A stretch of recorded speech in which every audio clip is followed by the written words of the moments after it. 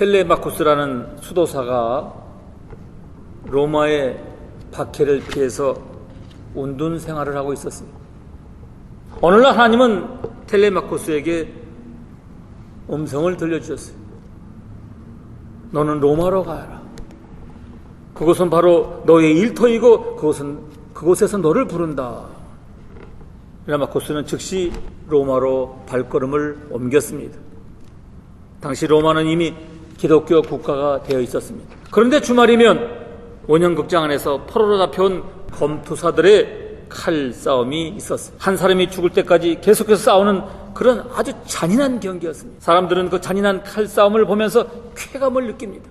텔레마쿠스가 로마에 도착했을 때도 로마의 원형 경기장 안에는 수많은 관중들이 모여 검투사 놀이에 한창 열을 올리고 있었어요. 경기장은 이미 피로 얼룩져 있었으며 피를 본 관중들은 흥분할 대로 흥분되어 있었습니다. 텔레마쿠스는 그 모습을 보고 깨달았어요. 이것을 막으라고 하나님께서 나를 로마에 보내주셨구나. 그는 경기장 안으로 뛰어들어 온 힘을 다하여 큰 소리로 이렇게 외칩니다. 예수 그리스도의 이름으로 명하노니 이 싸움을 즉시 멈추시오. 처음에 사람들은 그것이 쇼인 줄 알고 모두가 웃었어요. 그러나 텔레마쿠스가 검투사들 사이에 들어가서 결사적으로 그 싸움을 막으려고 할 때 사람들의 입에서 야유가 터져나오기 시작합니다. 텔레마쿠스는 더 큰 소리로 외칩니다. 예수 그리스도의 이름으로 명하노니 이 싸움을 멈춰라.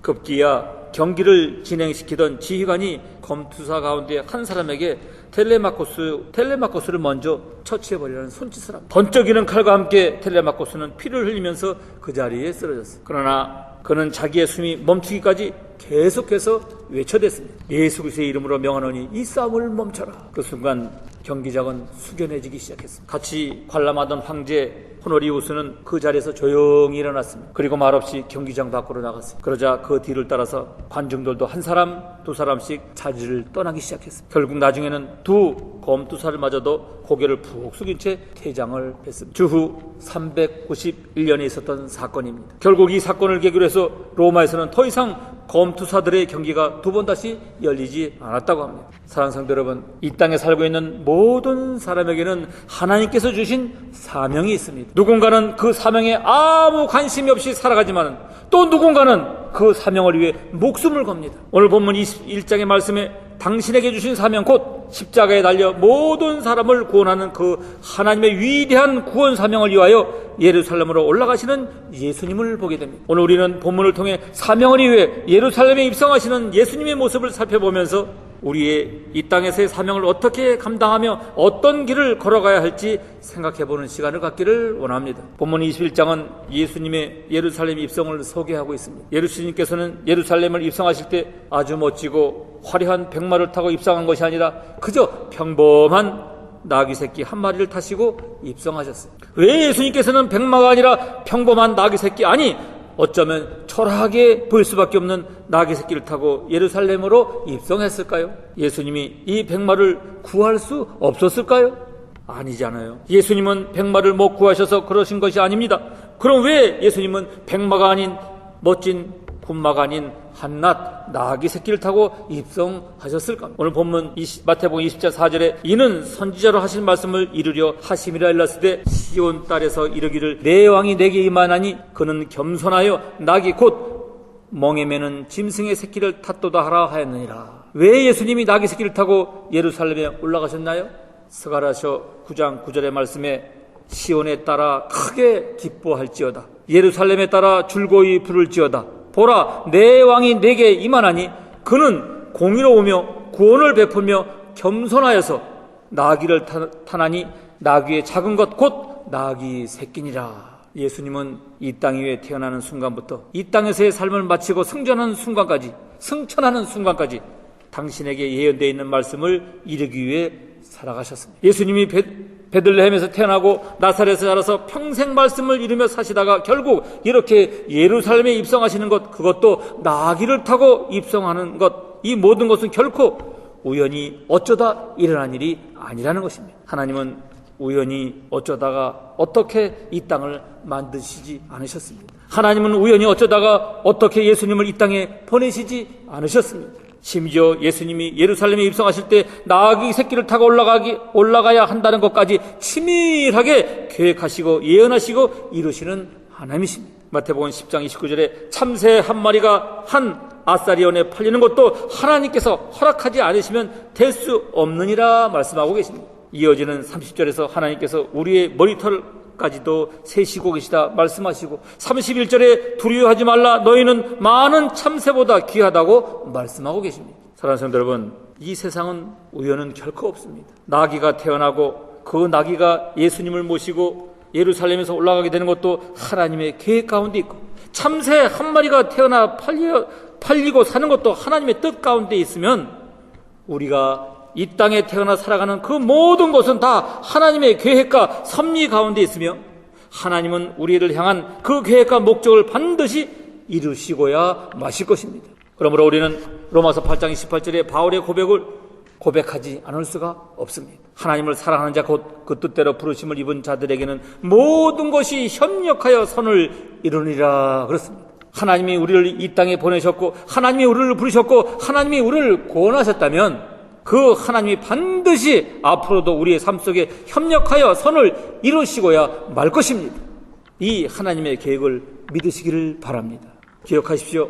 원리, 사형리 첫 번째 원리, 하나님은 당신을 사랑하시며 당신을 위한 놀라운 계획을 가지고 계신 것. 여러분, 하나님은 당신을 사랑하시며 당신을 위한 놀라운 계획을 가지고 계신 것. 그러므로 지금 당장 그 계획이 우리의 눈앞에 펼쳐지지 않더라도 지금 당장 우리 눈앞에 펼쳐지는 현실이 그 계획과 정반대의 계획처럼 보여질지라도 낙심하거나 좌절하지 말고 끝까지 우리를 향한 아름다운 계획을 이루실 하나님을 바라보는 성도님들이 될 수 있기를 주님의 이름으로 축원드립니다. 하나님의 구원 계획은 십자가 없이는 이루어질 수가 없습니다. 예수님이 십자가에서 못 박혀 죽는 순간 모든 사람은 절망했습니다. 이제는 끝이구나. 그러나 사랑하는 성도 여러분, 하나님의 계획은 거기서 끝이 아니었습니다. 다 끝난지 알았지만 아니요, 하나님의 계획은 거기서부터 다시 시작했습니다. 예수님은 3일 만에 부활하셨고 결국 모든 인류를 구원하시기 원하셨던 하나님의 계획은 성취되었던 것입니다. 오늘 우리의 삶 속에서 끝이다 생각되는 순간을 만나거든 이제 거기서부터 여러분의 계획을 다시 시작하시기를 바랍니다. 하나님은 반드시 우리를 향한 놀라운 계획을 끝내 이루시고야 마실 것입니다. 결국 우리가 이 땅에 살아가면서 가야 할 사명의 길은 첫째로 하나님의 계획을 믿고 가는 길이라고 말씀드릴 수가 있습니다. 둘째로 우리가 이 땅에 살아가면서 가야 할 사명의 길은 또 무엇입니까? 순종의 길. 또 한 가지 우리가 주목해야 할 중요한 사실은 이 하나님의 놀라운 계획은 반드시 순종을 통해 성취된다는 사실입니다. 우리가 하나님을 믿는다는 것은 하나님께서 우리를 위한 그 놀라운 계획을 반드시 인도해 가신다는 것을 믿는다는 것이며 그것을 믿기 때문에 우리가 그 계획에 순종하겠다는 것을 의미하는 것을 포함하는 것입니다. 오늘 말씀에 예수님은 그 하나님의 계획을 이루고 계십니다. 구약성경 스가랴에 예언되어 있는 그 말씀을 이루고 계시는 것입니다. 그것이 비록 나귀 새끼를 타고 올라가는 이여도 그것이 하나님의 뜻이며 계획이면 순종했던 것입니다. 그것이 비록 너무나 지기 힘든 십자가를 지기 위한 예루살렘 입성이었어도 그것이 하나님의 계획이었기에 지금 그 길을 걸어가고 계시는 것입니다. 지금 이 예루살렘에 올라가면 어떤 일을 만나게 될지 몰라서가 아닙니다. 다 알고 계십니다. 어떤 고통, 어떤 어려움, 어떤 고난을 만나게 될지 알고 있었습니다. 그러나 순종하였습니다. 왜요? 그 어려움을 통해, 그 고난을 통해, 그 십자가의 아픔을 통해 부활의 영광을 누리며 수많은 사람들이 구원을 받게 되는 하나님의 놀라운 계획을 알고 있고 믿었기 때문인 것입니다. 성도 여러분, 하나님은 반드시 협력하여 선을 이루시는 하나님이심을 믿으시길 바랍니다. 하나님이 반드시 놀라운 계획을 가지고 우리를 인도하실 하나님이심을 믿으시길 바랍니다. 그렇다면 이 하나님의 계획에 순종하면 나아갈 고난이 있어도 이 하나님의 뜻을 따라 순종하며 나아갈 때 십자가를 지는 것 같은 아픔과 고난이 있어도 그 계획을 따라 묵묵히 나귀 새끼를 타고 묵묵히 십자가를 지기 위해 사명을 감당하기 위해 예루살렘으로 올라갈 수 있는 성도들이 될 수 있기를 바랍니다. 그렇게 하나님의 뜻과 계획을 따라 순종하며 나아가는 길은 죽는 길 같아도 사는 길이요, 망하는 길 같아도 흥하는 길이요, 안 되는 일 같아도 잘 되는 길이기 때문인 것입니다. 오늘 저와 여러분 모두가 예수님처럼 하나님의 뜻과 계획을 따라 온전히 순종하는 사명의 길로 나아가는 복된 믿음의 성도들이 될 수 있기를 주님의 이름으로 간절히 축원드립니다. 세 번째로 오늘 본문을 통해서 말씀하시는 사명의 길은 또 무엇입니까? 겸손의 길입니다. 여러분, 예수님은 왜 나귀 새끼를 타고 입성하셨을까요? 5절을 보니까 여러분 5절을 보세요. 그는 겸손하여 나귀 새끼를 탔도다 말씀하고 있습니다. 왜 예수님이 나귀 새끼를 타셨을까요? 그것은 예수님이 세상의 왕과 다른 겸손의 왕이라는 것을 보여주시기 위함입니다. 세상의 모든 왕은 어떻습니까? 세상의 왕은 사람들로부터 섬김을 받는 사람들입니다. 공경을 받는 사람들이에요. 사람들이 왕 앞에 왕이 신하들 앞에 절하지 않습니다. 심지어 세상의 왕은 자신을 제대로 섬기지 않는 사람을 죽이기까지 하는 절대 권력을 가진 사람, 정권의 2인자를 하루아침에 죽이는 그런 나라도 있지 않습니까? 그러나 세상의 모든 왕 중의 왕이요 주중의 중이신 예수님은 오히려 사람들로부터 섬김을 받기 위해서 오신 것이었습니다. 그분은 사람들을 섬기기 위해 땅에 오셨습니다. 마태복음 20장 28절에 인자가 온 것은 섬김을 받으려 함이 아니라 도리어 섬기려 하고 자기 목숨을 많은 사람의 대성물로 주려 함이라 말씀하고 있습니다. 예수님은 세베대의 두 아들이 어머니가 하나는 주의 우편에 하나는 주의 좌편에 앉게 해달라고 말하였을 때 마태복음 26장 27절을 통해서 크고자 하는 자는 섬기는 자가 되어야 하고 으뜸이 되고자 하는 종이 되어야 한다고 말씀하고 있습니다. 그리고 인자에 온 것은 섬김을 받으려 함이 아니라 섬기려 하고 자기 목숨을 많은 사람의 대성물로 주려 함이라고 말씀하고 계십니다. 세상 어느 왕도 섬기지 않고 세상 어떤 왕은 자기의 말을 듣지 않는 사람을 가차없이 죽이지만은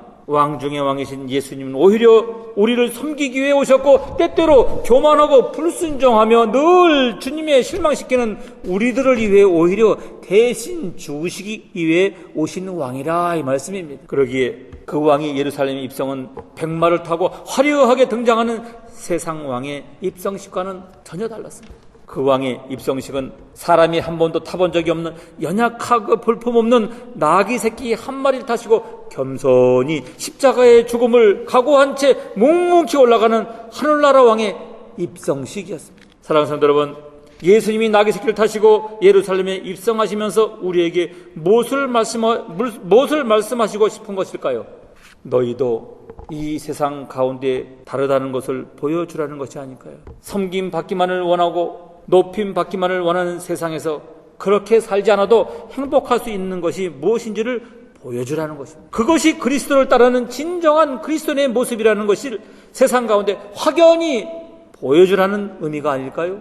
우리는 예수님을 믿고 따른다고 하지만 예수님이 기쁜 마음으로 나귀 새끼를 타셨듯이 나귀 새끼를 타려고 하지 않습니다. 아니, 나귀 새끼라니 세상에 나를 뭘로 보고 라고 말하면서 낮은 자리, 섬기는 자리에 서려고 하지 않고 높은 자리, 섬김을 받는 자리에 서기를 좋아하는 경향이 많다는 것입니다. 대접하기보다는 대접을 받고 싶어 하죠. 주기보다는 받고 싶어 합니다. 공짜를 너무 좋아해요. 그러나 예수님은 믿는다는 것은 내가 받고 싶은 것을 먼저 받은 것이 아니라 해야 할 것을 먼저 하는 것임을 말씀하십니다. 그리고 이것은 다 빼앗기고 없어지고 잊어버리고 낮아지는 것이 아니라 오히려 더 많이 받고 누리고 높아지는 것임을 말씀하십니다. 앞에서 읽었던 섬기는 자는 큰 자가 되는 것이고 종이 되면 으뜸이 된다는 것입니다. 그러므로 성도 여러분, 예수님처럼 나귀 새끼를 선택할 수 있는 성도님들이 될 수 있기를 바랍니다. 남들이 하고 싶지 않아 하는 일, 꺼려하는 일, 달갑지 않게 여기는 것, 이것을 선택한다면 하나님은 반드시 여러분을 꺼려하지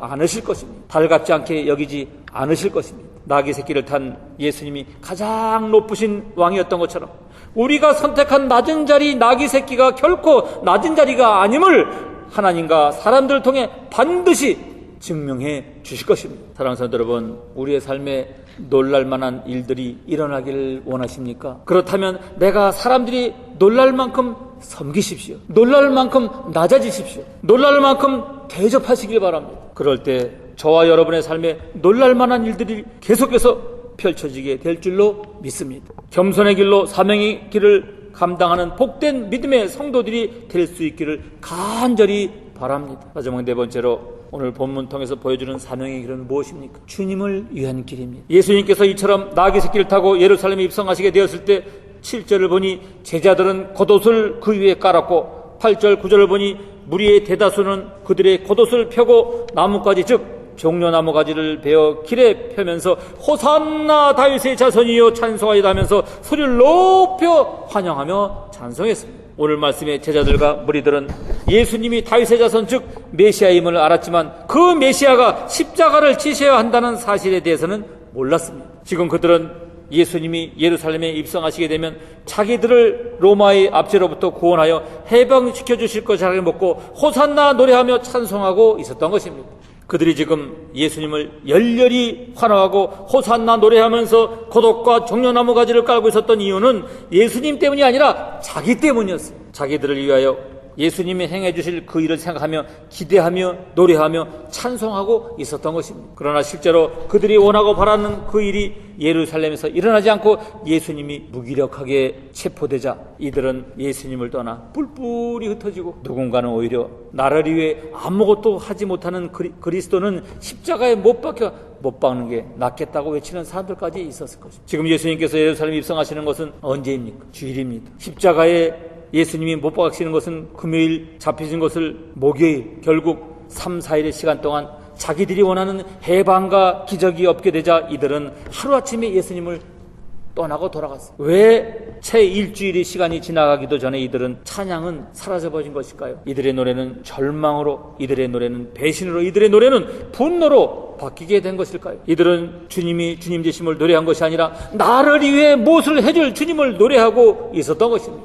즉 이들의 노래와 찬송의 목적에 문제가 있었다는 것입니다. 여러분, 속도보다 중요한 것은 방향입니다. 방향이 잘못되어 있으면 속도가 빠를수록 훨씬 더 위험하고 부정적 결과를 초래하게 됩니다. 우리의 사명을 감당할 때 정말로 중요한 것은 속도가 아니라 목적입니다. 방향입니다. 왜 내가 이 사명을 감당하는가? 내가 지금 왜 이 찬송을 부르고 있는가? 내가 왜 지금 이 봉사를 하고 있는가에 대한 바르고 분명한 목적 의식이 없으면 자칫하면 그 찬송이, 그 봉사가 오히려 주님과의 거리를 더 멀게 할 수 있다는 사실입니다. 속도가 빠르면 빠를수록, 열심을 내면 낼수록 더 멀어질 수 있습니다. 그래서 나를 위한 찬양, 나를 위한 봉사, 나를 위한 섬김은 오히려 하지 않으면 못하게 되는 것입니다. 성도 여러분, 단 한마디의 찬양, 단 한마디의 예배, 단 한 사람을 향한 봉사라도 주님이 받으실 만한 찬양과 기도, 봉사, 예배를 드릴 수 있기를 주님의 이름으로 축원드립니다. 주님이 기뻐하실 방향으로 주님이 주님 되심을 온전히 드릴 수 있는 그런 찬양과 기도, 봉사와 예배로 사명을 감당할 수 있는 여러분 모두가 되시기를 바랍니다.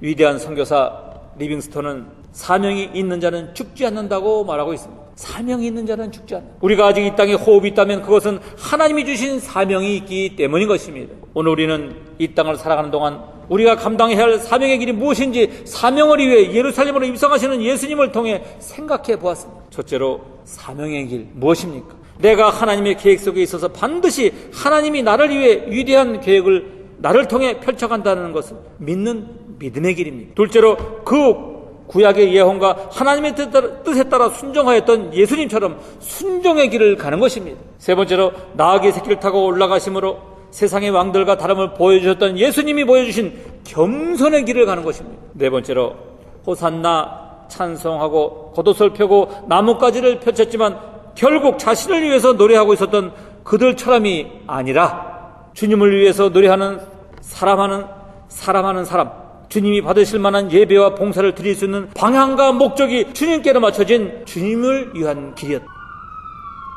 성도 여러분, 한 번밖에 없는 짧은 인생을 살아가면서 주님이 걸어가신 이 사명의 길을 우리도 걸어감으로 주께서 부활의 영광을 누렸던 것처럼 사명을 감당하는 자들에게 약속하신 놀라운 축복과 은혜의 주인공들로 살아갈 수 있기를 주님의 이름으로 축원드립니다. 축원드립니다.